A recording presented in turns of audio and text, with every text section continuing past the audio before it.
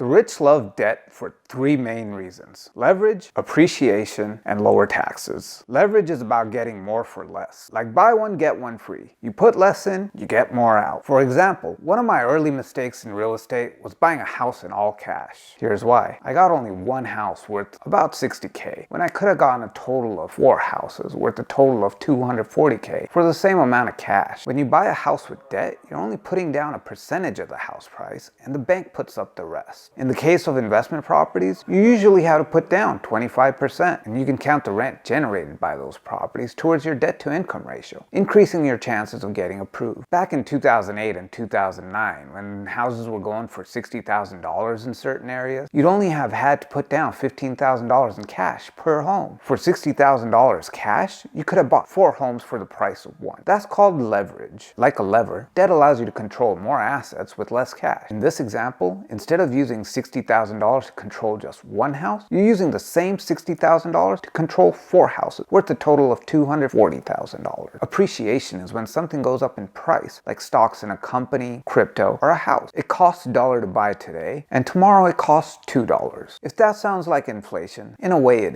is. But whether it goes up because of inflation or because it's actually more valuable doesn't matter. All that matters is how it goes up. Not how much it goes up, but how it goes up. Prices don't go up in dollars. When eggs go from $5 a dozen to $10 a dozen, it did not go up $5 in price. It went up 100%. House prices increase similarly. Even if you could afford $1 million house in cash, if it goes up 10%, you're $100,000 richer. But if you use that same $1 million to put down 20% on a $5 million home and it goes up 10%, you're now $500,000 richer. Even if it just goes up 5%, that's still $250,000. Much more than the 10% of $1 million. So debt gives you leverage to benefit from greater appreciation. Going back to the example of a $60,000 house, if it went up 100%, I'm only $60,000 richer. If I'd used debt to buy 4 houses for that $60,000 and they went up 100%, I'd be $240,000 richer. And the best part about those gains in appreciation is that they're tax-free until you actually sell the house. But if you don't sell that house and instead do a cash-out refinance, all those gains are free. You get to enjoy that extra cash with no tax. And the rich know this. I don't care if you're pro-tax or anti-tax. The more money that you have in your pocket, the better. And any one of those reasons by themselves is powerful enough to justify using debt when buying assets. But debt comes with the benefit of all three: leverage, appreciation, and lower taxes. So the real question isn't whether or not you should use debt, but rather how much debt can you afford. Fortunately for you, I have a free calculator on my website. Or if you're in the LA area, hit me up and we can figure out a strategy for maximizing your leverage using debt.